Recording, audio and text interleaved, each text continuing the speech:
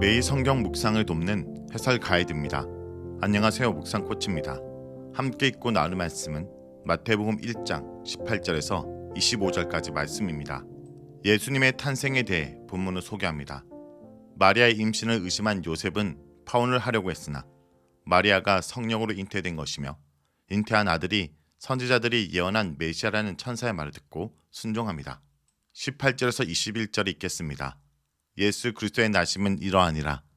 그의 어머니 마리아가 요셉과 약혼하고 동거하기 전에 성령으로 잉태된 것이 나타났더니 그의 남편 요셉은 의로운 사람이라. 그를 드러내지 아니하고 가만히 끊고자 하여 이를 생각할 때에 주의 사자가 현몽하여 이르되 다윗의 자손 요셉아 내 아내 마리아 데려오기를 무서워하지 말라. 그에게 잉태된 자는 성령으로 된 것이라. 아들을 낳으리니 이름을 예수라 하라. 이는 그가 자기 백성을 그들의 죄에서 구원할 자이심이라 하니라. 마태복음은 메시아의 기원에 대해 기록하고 있는데 18절은 그분의 메시아 되심을 강조하고 있습니다. 예수님은 마리아와 요셉이 정혼한 중에 잉태되었습니다. 유대법에 따르면 정혼은 약 1년 정도 지속되었으며 현대 약혼보다 훨씬 더 무거운 관계였습니다. 정혼은 구속력을 가진 약속이며 죽음이나 이혼에 의해서만 종료되었습니다. 남자는 이미 남편으로 불렸지만 여자는 자기 아버지의 집에 머물러 있었습니다. 결혼은 남편이 공적인 예식 후에 정혼한 여자를 자신의 집으로 데리고 가면 성립됩니다. 그런 후에야 그들은 같이 거할 수 있었고 부부관계도 시작되었습니다. 성령에 의해서 예수님이 잉태되었다 하는 사실은 누가복음도 강조합니다. 구약 성경의 율법에서 결혼 전에 부정한 행동을 하면 돌로 쳐서 죽였습니다. 그러나 이 시기에는 신명기 24장 1절의 근거에서 이혼이 법제화되어 있었습니다. 의로운 사람 요셉은 마리아의 부정한 행동에 대해 법적인 조처를 취할 수 있었고 또 그래야 했습니다. 그러나 마리아를 불명예스럽게 만들고 싶지 않았습니다. 그래서 요셉은 당시 허락되었던 또 다른 방법인 두 사람의 증인 앞에서 사적인 이혼을 하기로 결심합니다. 다윗의 자손으로서 예수님의 합법적인 다윗 계열의 계보가 세워지기 위해서는 요셉이 마리아를 데려오는 것으로 다시 말해 결혼을 완성하는 것이 필수적인 과정이었습니다. 마찬가지로 그의 이름을 짓는 것 또한 공식적으로 예수님을 요셉의 아들로 인정하는 것이고 이렇게 함으로써 예수님이 다윗의 자손으로 세워집니다. 22절에서 25절 읽겠습니다. 이 모든 일이 된 것은 주께서 선지자로 하신 말씀을 이루려 하심이니 이르시되 보라 처녀가 잉태하여 아들을 낳을 것이요 그 이름을 임마누엘이라고 하리라 하셨으니 이를 번역한즉 하나님이 우리와 함께 계시다 함이라. 요셉이 잠에서 깨어 일어나 주의 사자의 분부대로 행하여 그의 아내를 데려왔으나 아들을 낳기까지 동침하지 아니하더니 나음에 이름을 예수라 하니라. 22절에서 23절은 마태복음에 나오는 10개의 성취의 공식 중 첫 번째 것으로 예수님의 탄생에 대한 마태복음의 설명입니다. 마태는 마리아의 잉태를 이사야 7장 14절의 성취로 해석합니다. 임마누엘은 히브리 단어를 헬라어로 음역한 것으로 하나님이 우리와 함께 하신다라는 뜻입니다. 구약의 남유다가 가장 어려운 시절에 처녀의 몸에서 태어난 아기는 임마누엘, 곧 하나님의 함께 하심을 알리는 표적이었습니다. 임마누엘의 의미를 두 가지로 정리해보면 다음과 같습니다. 첫째, 임마누엘은 하나님이 구원을 위해 세상에 개입하시는 방식입니다. 다시 말해 하나님은 자기 백성과 함께 하시는 것으로 그들을 구원하십니다. 이제 아기 예수님의 탄생은 하나님이 자기 백성을 버리지 않고 구원하시겠다는 약속이 성취되는 것을 의미합니다. 하나님의 구원 행위가 시작되었고 하나님의 구원 계획이 절정에 이르렀다는 뜻입니다. 특히 암울한 시기에 유다에게 임마누엘의 예언이 이루어진 것 같이 하나님은 예수님의 계보가 암시된 내용처럼 바벨론의 포로 상태에 있는 사람들을 구원하실 것입니다. 가장 어려운 시기, 즉 포로 상태에 있는 백성을 구원하기 위해 임마누엘이 태어나셨습니다.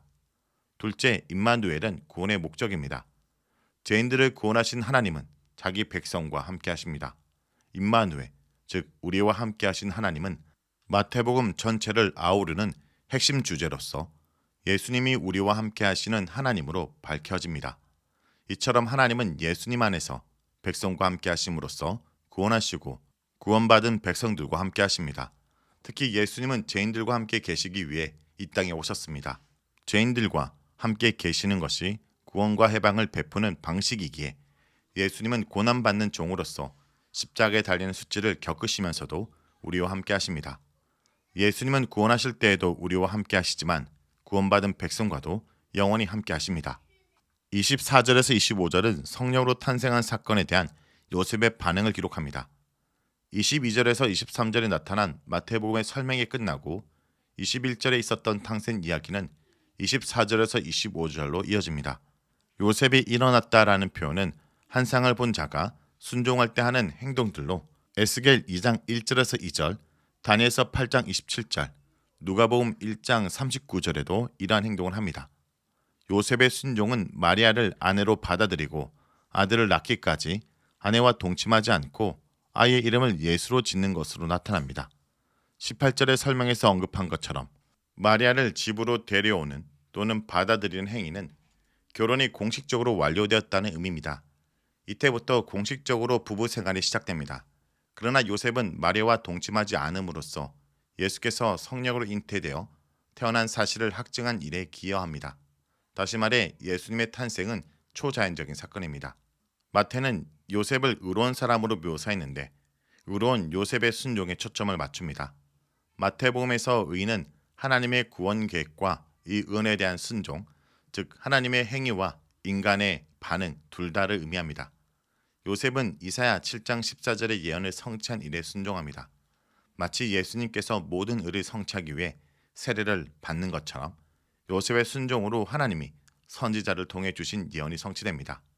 임마누엘의 탄생은 하나님의 능력으로 된 것이지만 하나님의 뜻을 이루는 요셉의 순종이 사용되었습니다.